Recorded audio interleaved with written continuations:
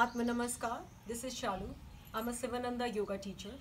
Today we will learn and practice some of the most recommended breathing techniques and pranayam to boost efficiency of our lungs.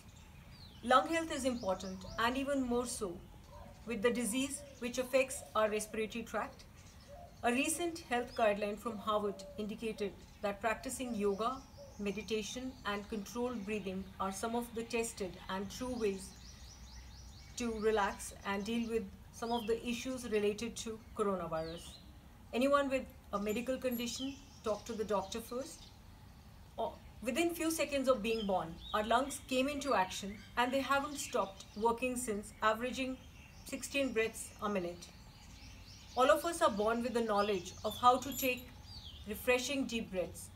As we get older, due to stresses of everyday life and the practice of sucking in our stomach for a trimmer waistline, we start doing shallow chest breathing. Chest breathing limits diaphragm's range of motion. The lowest part of the lung doesn't get full share of oxygenated air. This in turn can make us feel anxious and short of breath. Deep breathing engages the diaphragm and encourages complete oxygen exchange. That is the beneficial trade of incoming oxygen for outgoing carbon dioxide. When we take a deep breath in, the diaphragm moves downwards, the lungs expand full of air, delivering oxygen to many small vessels in the lowest portion of the lungs. Not surprising, it can help to lower our blood pressure, stabilize our heart rate, and also invokes a relaxation response in the body which helps to boost our immunity. The first deep breathing technique is pursed lip breathing. It's recommended by Harvard Health, American Lung Association and Patel Chest Institute in Delhi. Place one hand on your upper chest and the other on your belly, just below your rib cage. Breathe in slowly through nose, letting the air in deeply towards your low belly. The hand on the chest should remain still. The other hand on your belly should rise. Tighten your abdominal muscles and let them fall inwards as you exhale through pursed lips. The hand on your belly should move to its original position. This is pursed lip deep breathing. Let's practice this together. Sit in a comfortable position or use a chair or lie on your back. When you are learning, it may be easier to follow the instructions lying on your back with knees bent. Take nice, slow, long deep breaths to a count of 4 and exhale to a count of 4. Inhale, 2, 3, 4. Exhale, 2, 3, 4. Inhale, 2, 3, 4.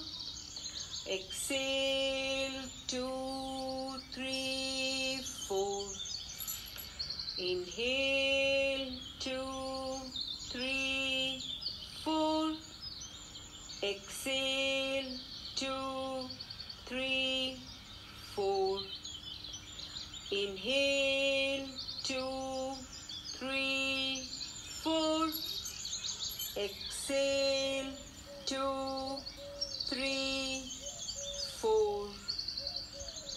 Inhale, 2, 3, 4. Exhale, 2, 3, 4. Keep going at your own pace. Try to take longer to exhale than the inhalation. As you exhale, pucker or purse your lips as if you're going to whistle or gently blow out a candle. Pucker lip breathing helps to generate a backward pressure in airways and helps to keep them open. This technique helps to make each breath more effective by allowing more oxygen into the lungs. It improves quality of sleep and relieves anxiety. Whenever you feel upset or anxious, just take a few slow, deep breaths. It helps to break the stress cycle. Even if you can't control the situation, you can always control your breathing, which can change the reaction to the situation. Try to practice this for 10 to 20 minutes every day. The next breathing technique is Kapalabhati. Both hands in Chin Mudra. Index finger is touching the thumb. Contract the abdominal muscles, pulling the abdomen in sharply. Air is pushed out of the lungs through the nose. This is followed by a passive inhalation. Let's practice this together. Anyone with high blood pressure, heart disease, hernia, eye problems like glaucoma, detached retina, nosebleed, epilepsy, gastric ulcer, and even asthma, please either avoid this pranayam or check with your physician. If you've had any surgery, check with your physician before starting the practice, because this technique involves very strong, forceful exhalations.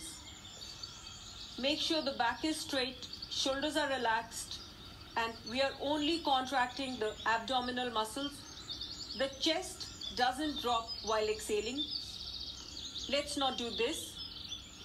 If you are a beginner, then do 20 to 30 pumpings. As you advance in your practice, gradually increase to 3 rounds of 50 to 60 pumping with a break between each set. Kapalabhati is cleansing of the entire system. It helps to drain the sinuses and relieves bronchial infections. With regular practice, the skull shines with good health and inner radiance. Kapal means skull and Bhati means shines. Just 2 things to keep in mind. First one is intensity. Should not cause any stress or exertion. Kapalabhati has been sold as a quick fix 6-pack abs formula or a cure-all, and its practice is very common in parks. And this is how some people are practicing. When practiced too fast, it can magnify irritation and cause even hyperventilation. The other thing is duration. There are people who are practicing for 1 hour or even 3,000 pumpings, which is not required. Kapalabhati, though it's a breathing exercise, but technically it is a cleansing practice or Shat Kriya like Jal Niti. Its purpose is to remove impurities from the body and prepare the body for pranayam and eventually for meditation or dhyan. The next pranayam is Nari Shodhan pranayam or alternate nostril breathing. Left hand in Chin Mudra and right hand in Vishnu Mudra. We fold these 2 fingers. Close right nostril with right thumb. Exhale completely through left nostril to empty air from the lungs. Beginning round 1, inhale through left nostril, close it with the ring finger, exhale through right nostril, reverse the process, inhale through right, close it with the thumb, and exhale through left nostril. This completes 1 round. Let's practice this together. If you are a beginner, then do inhale and exhale. But as you advance in your practice, try to take longer to exhale. Ideally, exhalation should take twice the time of inhalation so that stale air and waste products are drained from the body. So we do like inhale, Om 2, Om 3, exhale, Om 2, Om 3, Om 4, Om 5, Om 6, inhale, Om 2, Om 3, exhale, Om 2, Om 3, Om 4, Om 5, Om 6. 9 to 10 rounds of this pranayam should be practiced every day, and breathing should be gentle.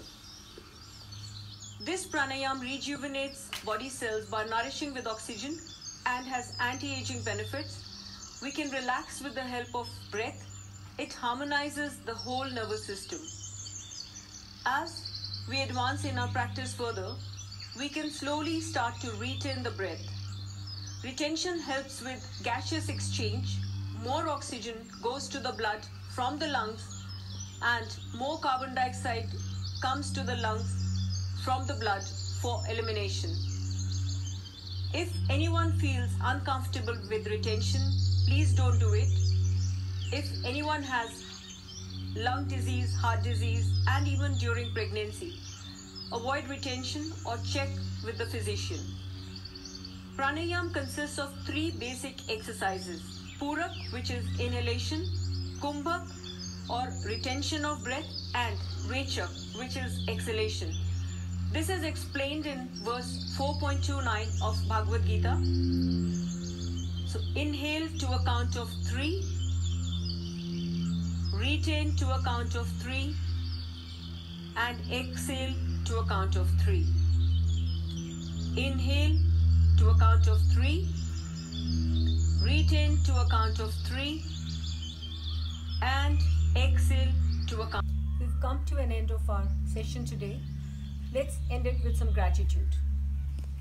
Or you can visualize, I'm feeling calm and I'm healthy. My lungs are perfectly healthy and they're pumping healthy amount of oxygen with each breath. I thank my lungs for keeping me alive.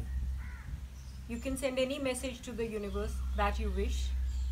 In the next session, we will learn and practice mindfulness meditation, which has been recommended to healthcare providers to deal with extreme stress that they're going through. Till then, keep practicing, stay healthy, calm, and active. I wish you peace, light, and energy. Thank you, and please take care. Atma Namaskar.